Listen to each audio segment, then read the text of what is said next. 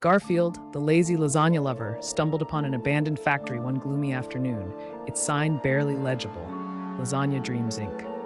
Curiosity piqued, he crept inside, the door creaking ominously behind him. The dimly lit interior was filled with rusted machinery and forgotten recipes, but a tantalizing aroma lured him deeper. As he wandered through the shadows, the lasagna boxes lined up like graves began to whisper softly, their voices eerie and beckoning. "Taste us," they called, sending shivers down his spine. Ignoring the warning, he discovered a giant pot bubbling with sinister broth. The lasagna inside twisted and squirmed, as if alive, and Garfield's stomach growled louder than his fear.